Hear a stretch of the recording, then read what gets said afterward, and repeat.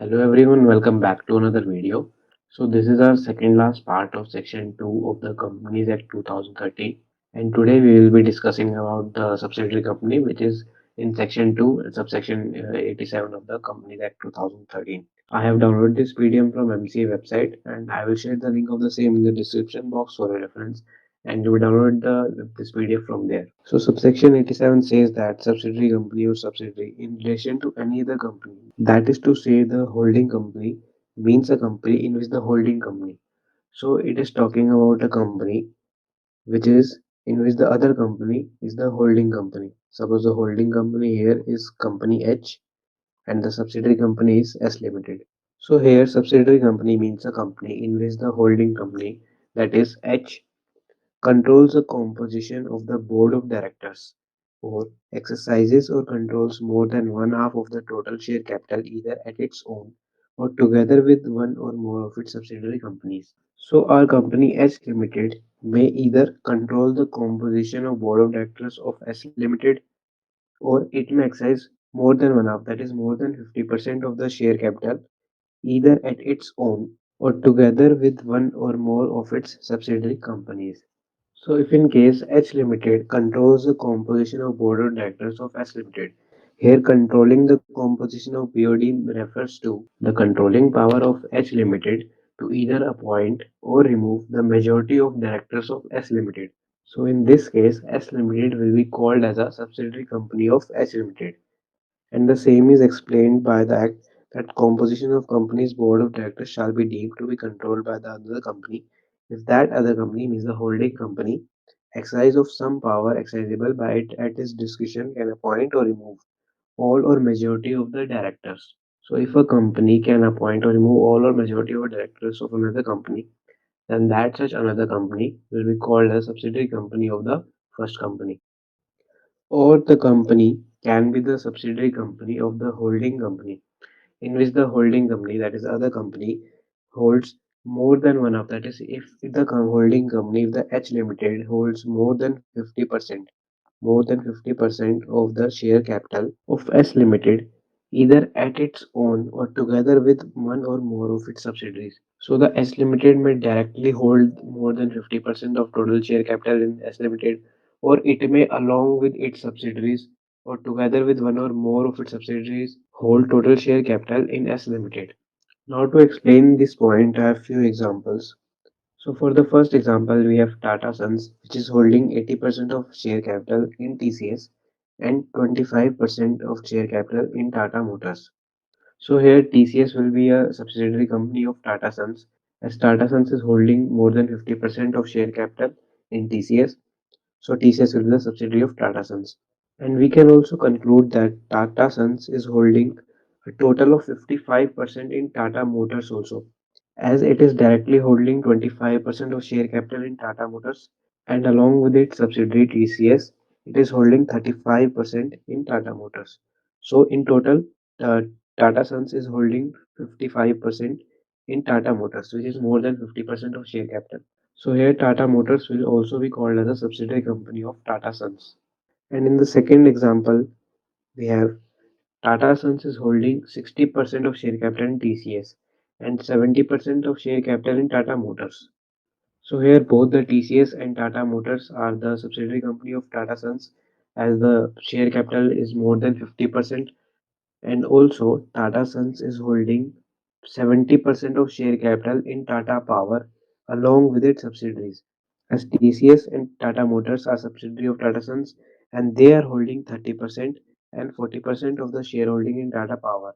So Tata Power will also be called as a subsidiary company of Tata Sons, since Tata Sons is holding the share capital of more than 50% in Tata Power along with its subsidiaries. And now in the third example, we have Tata Sons is holding 70% of share capital in TCS.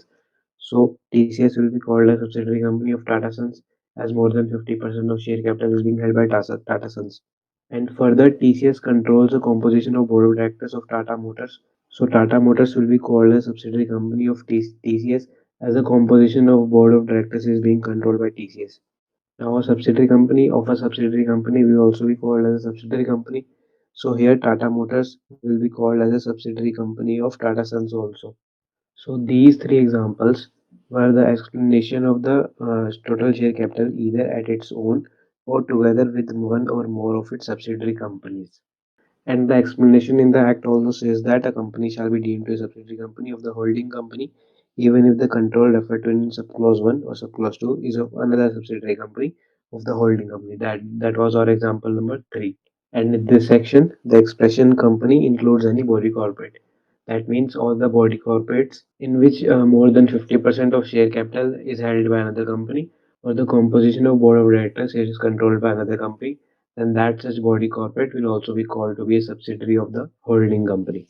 And the last point which we have is that provided that such class or classes of holding companies, so it is saying with reference to holding companies that such holding companies as may be prescribed shall not have layers of subsidiaries beyond such numbers as may be prescribed. So it is saying that the layers of subsidiaries shall not be beyond such number which is prescribed in the rules. So what is a layer of subsidiaries? Now to understand the layer of subsidiaries, we will refer to this example. In this example, D Limited is a subsidiary company of C Limited, and the C Limited is a subsidiary company of B Limited, and also the B Limited company is a subsidiary company of A Limited. So these are called layers where we have subsidiaries of the subsidiaries. So these number of steps are called layers of subsidiaries. And in the rules, it is prescribed that a company cannot have more than two layers of subsidiaries. And in the rules, it is prescribed that a holding company cannot have more than two layers of subsidiaries after the commencement of the Companies Act 2013. So a new company which is forming after the commencement of this act cannot have more than two layers of subsidiaries. So if in case this A Limited is a newly incorporated company, then it cannot have subsidiaries after the C Limited. So C Limited cannot have its own subsidiary. However, in the same layer, there is no limit on the number of subsidiaries which a holding company can have. So A Limited can have many subsidiaries in the same layer, but it cannot have more than two layers. Also, there is an exemption that if one layer is a wholly owned subsidiary, then that one layer will not be included in the number of two. So suppose B Limited is a wholly owned subsidiary that the shares of B Limited are 100% held by A Limited, then this layer shall not be included, and further the company can have two layers of subsidiaries. And suppose A Limited was incorporated before the commencement of this act. So further, the A Limited shall not have more number of layer of subsidiaries after D Limited, as the limit of layer of subsidiaries is two, and the A Limited already have three layers of subsidiaries. So further, it cannot have more number of layers of subsidiaries. So we conclude that a company can have multiple subsidiaries as well as a subsidiary can have multiple holding companies. Also, from the point of view of D Limited, C Limited will be called as the immediate holding of D Limited, whereas B Limited will be called as intermediate holding of D Limited, as there is an intermediary subsidiary which is C Limited between B and D, and A Limited will be called as the ultimate or parent holding, as A Limited is all subsidiary of all the companies of B Limited, C Limited, and D Limited.